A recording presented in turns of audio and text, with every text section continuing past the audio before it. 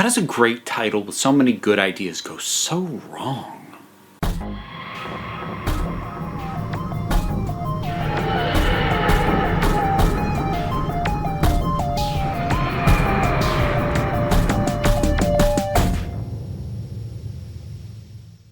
Journey to the center of the TARDIS. We continue through the rewatch and the overdue Doctor Who reviews.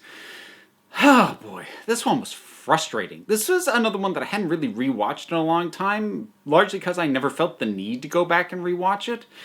I tell you, man, it's a frustrating viewing because, first of all, like I said at the intro, awesome title, cool core concept, a lot of neat ancillary concepts to go along with it.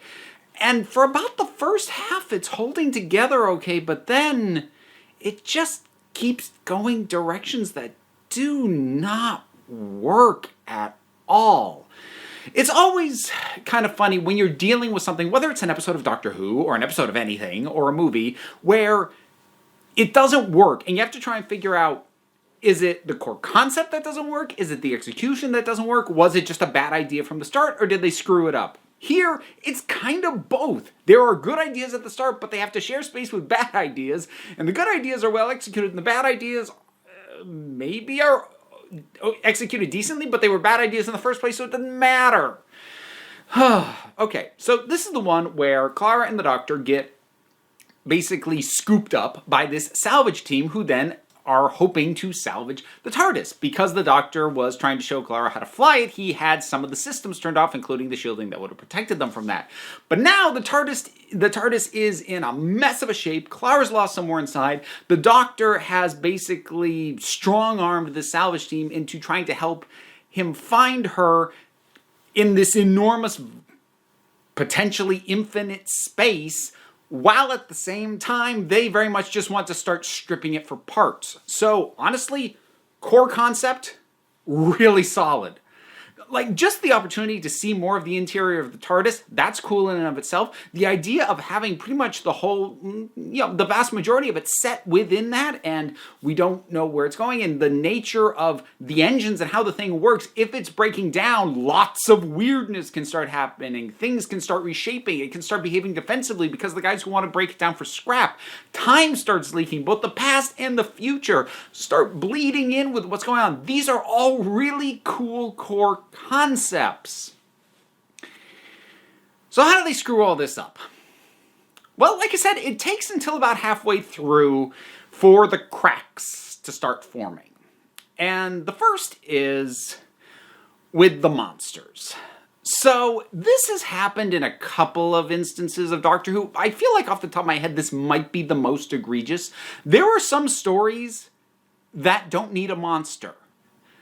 And sometimes when a story doesn't need a monster, but they put it in there, it's like, okay, I guess it's just kind of there.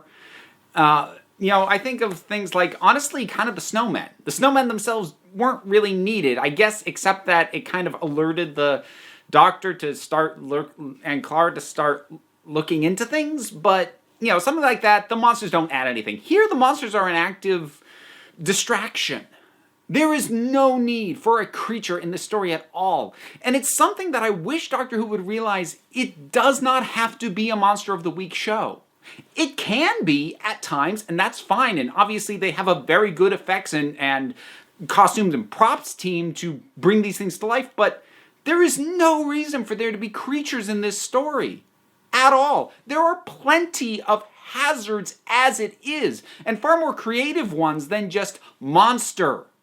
Like, all the hazards involved in the fact that time is being weird and the spatial relationships of rooms aren't behaving properly. That is a way more creative and interesting hazard than just monsters. And the reveal of what they are is also kind of dumb.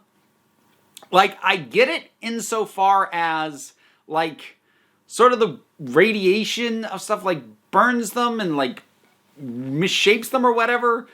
We don't really get an explanation for why they start attacking their past selves. I suppose you're supposed to take it for granted that their minds have either broken down or they're in so much pain and anger that they're just lashing out, but not even that kind of token explanation is given. I think it's just kind of presumed, well, they look monstrous, they will behave like monsters. Why? So that whole thing is really dumb, and it drags the thing down. Now, that's not the only thing that drags this thing down, but it's a big part of it because there's no reason for these things to be there at all. So they don't help. Next up, we have the pointless twist. Doctor Who has a lot of potential for twists, both in the grander narrative, when we're talking about usually things like whatever the mystery box series element is, or within individual stories. But much like the Monster of the Week, you don't always need a twist. And Doctor Who, I don't think, obligatorily inserts a twist to the degree that they often insert a Monster of the Week. But there are some instances where there's no need for there to be a twist at all, much less that twist. And this is probably the best embodiment of that.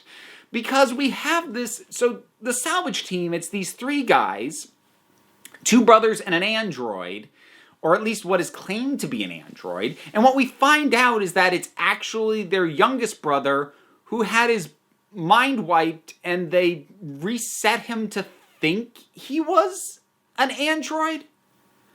Aside from the fact that that's just both horrifying and really stupid, it also adds zero. We don't have a ton of investment into these three. They are borderline ancillary to the story anyways. Their presence overall does work because that's an additional complication for the Doctor, because he needs the extra hands, he needs the help, but he's stuck with help that he can't trust. So their presence being there in the first place, that works. But we don't have enough investment or time spent with them or reason to care about them that we would care about a twist like this. And it's borderline nonsensical. Like, why would anybody do that? And the explanations given are really flimsy, and that kind of twist has no connection to anything else going on. It's not like this sense of identity or forgetting yourself is an actual theme running through the episode. One could try and argue that maybe it links to Clara and the fact that she doesn't remember her past lives, but we don't know enough about how that's working to call that a thematic through line. That's just been an ongoing element for the past few episodes, and this doesn't play off that worth a dang. That's a very tenuous connection. It's the only thing I can think of. There's no reason for this twist to exist at all, and it adds, again, nothing. There's no reason for this. And it just eats up time again. There are some other things that I like. I do like that the solution involves the sort of the time leakage and the logistical sequential bending of time. I also kind of like that it's big friendly button that fixes everything. Is that kind of a cheap and a bit of a lampshade hanging on a Deus Ex Machina? Yeah, a little bit, but honestly, it's the kind of thing that works for me, so I'm fine with that. And even in regards to Clara and what's going on with there, what little progress is made in terms of her, the Impossible Girl mystery, and the rest of it doesn't matter because nobody remembers. That gets established firmly by the Doctor at the end of it, that Clara is not going to remember this conversation where the Doctor has explained to her that he's seen her repeatedly die. So what, in the grander scheme, stepping outside the specific episode, in the grander scheme, what's the point of him telling her that at all? She won't remember.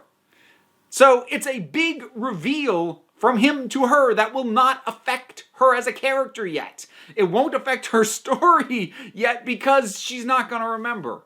And it's not even like with the Doctor and Donna where he has to make the conscious choice to wipe her memory so that pains him to have to do. It's not even a case of that. He's wiping out this timeline because they die in it. So it doesn't even have that going for it. So that entire thing is pointless. The Doctor effectively learns nothing as well. The audience doesn't really, like, it's very odd to me how big a revelation, and they did this in Hyde as well. Like, they try to make it a big revelation that Clara is an ordinary person. That's... It's hard to sell that as a big, she's just a person? What? Like, yeah. Everything we've seen about her indicates that, except for the time disjointment and the fact that we've seen her die before. Nothing else has indicated that she is anything special. So just reiterating that she's an ordinary girl, all that does is leave us right where we were when we started this entire thing. Because by all appearances, she was an ordinary girl, but we know something's wrong because we've seen her in both the future and the past, and in those times died. But she appears to be an ordinary girl. Well, that gets reaffirmed in Hyde, and now reaffirmed here. Why?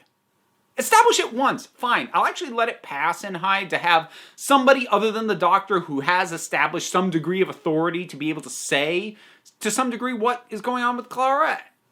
Fine, cool. So that eliminates a whole thread of fan theorizing. Fine, but why did you have to reassert that again? It's such a cool core concept. Trapped inside the TARDIS while it's going haywire.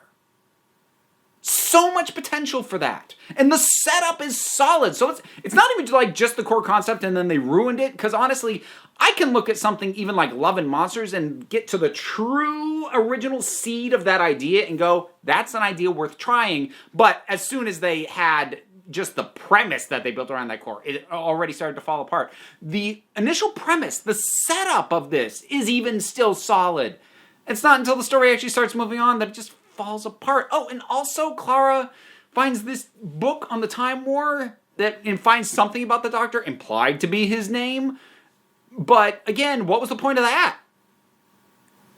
Our Clara's not going to remember, so there's no payoff to that either. I suppose it serves as a reminder and a plant for the Doctor's name being important because that'll come back, but functionally that's more wasted time. There's so much time wasted on stuff that doesn't matter. Both doesn't matter to the episode in and of itself and doesn't matter to the overall story, but time is spent on it. This is the kind of thing where, like, I almost wish that somebody would remake this. Would go back, do another pass at the script, clean it up, get rid of the stupid twists, get rid of the monsters, and just give it a cleaner shot. Because it was solid, and it was good even for about half of it. And then just the things that fell apart hard. So that's Journey to the Center of the TARDIS. You rewatched it lately? What are your thoughts on it? Whatever they are, drop something on down in the comments. Let's talk about it. All the usual stuff to do. You know what it is, but I'm not going to make you do it because end of the day, you're the council. I'm just running the meetings. And until next time, this council is adjourned.